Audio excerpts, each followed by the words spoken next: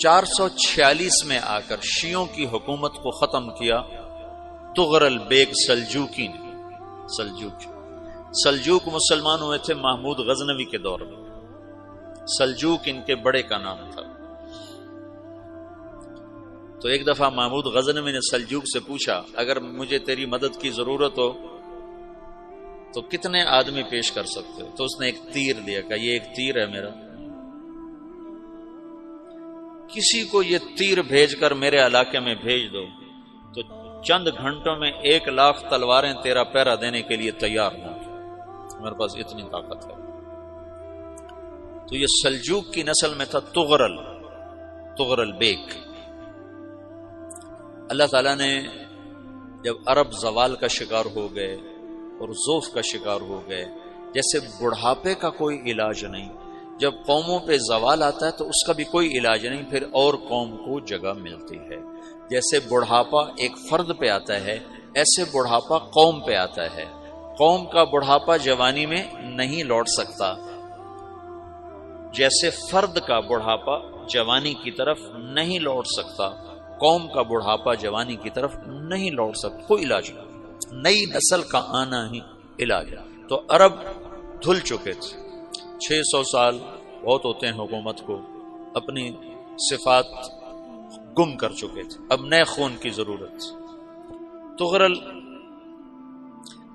Bag پہلا شخص تھا جس نے آ کر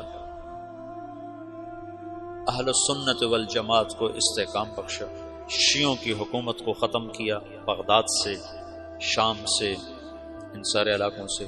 صلاح الدین ایوبی نے اسماعیلی شیعہ کی حکومت کو ختم کیا، مصر۔ العازد ان کا آخری خلیفہ تھا۔ صلاح الدین ایوبی نور الدین زنگی رحمۃ اللہ علیہ کا پروردہ تھا، اس کا دوست تھا، اس کے دوست بھی تھا، بچہ بھی تھا اس کے سامنے، زیادہ لکھنے پڑھنے کا شوق تھا۔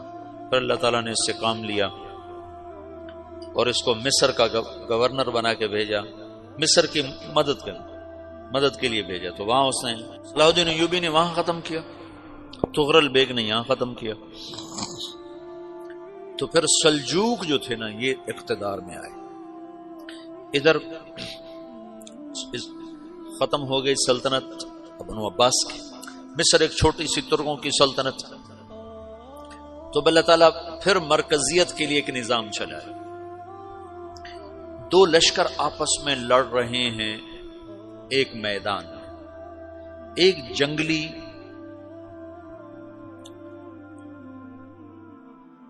بدوؤں کا قافلہ، جنگل کے لوگ اپنے قبیلے کو لے کر، ایک جنگلی قبیلہ اپنے سردار کے ساتھ نقل مکانی کر رہا ہے ایک جگہ سے دوسری جگہ۔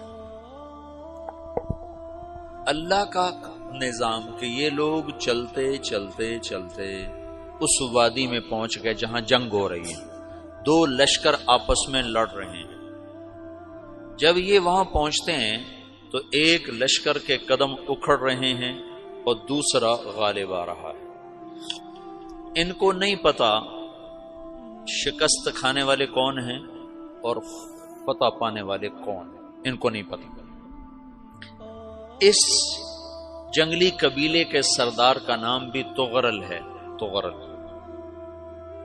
تو یہ سردار کہتا ہے جو شکست کھا رہے ہیں ان کی مدد کرو، کچھ پتہ نہیں کون ہے، کہتا جو شکست کھا رہے ہیں ان کی مدد کرو۔ تو 400 وحشی جنگلیوں نے فاتح لشکر کے پیچھے حملہ کر دیا۔ وہ تو ایک کافی ہوتا تھا، 400 دوڑ دوڑ جب تلواریں پڑیں تو چند لمحوں میں نقشہ بدل گیا، بھاگنے والے جم گئے اور جمنے والے بھاگ پڑے۔ جب جنگ ختم ہوئی تو شکست خوردہ لشکر کے بادشاہ نے ان کو بلایا، اسے پوچھتا ہے مجھے جانتے ہو میں کون ہوں؟ کہا نہیں۔ کہا تو تم نے میری مدد کیوں کی؟ کہا انسانی ہمدردی کی وجہ سے، تمہیں شکست ہو رہی تھی اس لیے تمہاری مدد کی۔ پھر اس نے اپنا تعارف کرایا، میں ہوں سلیمان سلجوکی، ترکی کا بادشاہ۔ مسلمانوں کا لشکر تھا اور تاتاریوں سے شکست کھا رہا تھا، تاتاری فتح پا رہے تھے، مسلمان شکست کھا رہے تھے۔ تو وہ اللہ کی غیبی مدد بن کر آئے، تو وہ اس سے کہتا ہے میرے ساتھ رہنا پسند کرو گے؟ تم نے میرے اوپر احسان کیا ہے، میں اس کا بدلہ دینا چاہتا ہوں، میرے ساتھ رہنا پسند کرو گے؟ کہنے کا کر لوں گا۔ تو اس نے اس کو لے کر ترکی آیا، اور استنبول اس وقت روم کی حکومت میں تھا، اسے فتح کیا اس تغرل کے آگے چوتھے پانچویں پڑپوتے محمد فاتح نے۔ تو یہ استنبول ہے، یہ ترکی ہے، بیچ میں ایک چھوٹا سمندر ہے، یہاں ایک جاگیر ہے۔ تو سلطان سلیمان کہتا ہے یہ جاگیر تجھے وقف ہے، ادھر سے رومی مجھے تنگ کرتے ہیں حملے کر کر کے، تو میرا دفاع کرتے رہنا، یہ جاگیر تیری۔ اس جاگیر پہ اس نے اپنے قافلے کو آباد کر دیا، اپنے قبیلے کو، اور ایک چھوٹی سی حکومت بنا لی، جو ایک صوبہ سمجھو سلمان سلجوقی کا، وہ ایک چھوٹا سا صوبہ ہے۔ وہاں جب یہ رہ پڑا تو پھر یہ ایک شیخ کے بیعت ہوتا ہے، وہاں شیخ طریقہ ہے، ان کے یہ بیعت ہونے جاتا ہے، وہ اس کو رات اپنے پاس ٹھہراتا ہے، تو ایک کمرے میں ان کا خادم ٹھہراتا ہے۔ یہ جب کمرے میں جاتا ہے تو سامنے دیوار میں تاکچے پر قرآن پڑا ہوا ہے، تو یہ تغرل بیگ کہتا ہے یہ کیا ہے، یہ کیا ہے؟ تو وہ خادم کہتا ہے یہ کتاب اللہ ہے، قرآن ہے۔ اچھا، وہ اس کو وہاں چھوڑ کے باہر چلا جاتا ہے۔ وہ دیہاتی آدمی، جنگل کا رہنے والا، پہلی دفعہ زندگی میں قرآن دیکھا، وہ کہتا ہے یہ قرآن ہے، اللہ کی کتاب ہے، میں اللہ کی کتاب کے سامنے سو جاؤں، کتنی بے ادبی ہے۔ تو اس نے ایسے قرآن اٹھایا اور سر پہ رکھ لیا اور کھڑا ہو گیا، ساری رات قرآن سر پہ رکھ کے کھڑا رہا۔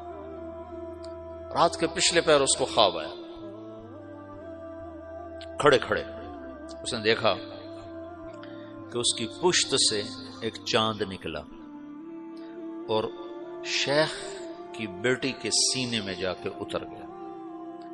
پھر اس لڑکی کے سینے سے ایک درخت نکلا جو پھیلتے پھیلتے پھیلتے 3 بر اعظم پہ چھا گیا، افریقہ پر، یورپ پر، ایشیا پر۔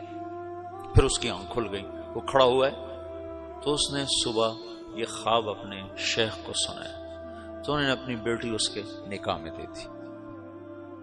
اس بیٹی سے ایک بچہ پیدا ہوا، تغرل بیگ نے اس کا نام رکھا عثمان، عثمانی ترک نام سنا ہوا، جو میں نے کل بتایا تھا کہ 1924 میں وہ خلافت ختم ہوئی۔ تو ایک بیٹا پیدا ہوا عثمان۔ عثمان نے پھر ایک نئی اسلامی حکومت کی بنیاد رکھی جو 1924 تک چلتی رہی، کوئی 800 سال یہ حکومت چلی۔ تو حکومت کا شیرازہ بکھرا، لیکن پھر جڑ جاتا تھا، اور وہ قرن اول والا جوڑ کبھی نہ پیدا ہوا، ٹکڑے بن گئے۔ ان ٹکڑوں میں اللہ لوگ پیدا کرتا رہا جو دعوت دیتے رہے، دعوت زندہ رہی۔ جو تربیت کا نظام تصوف کے ساتھ تھا اب وہ تبلیغ کے ساتھ۔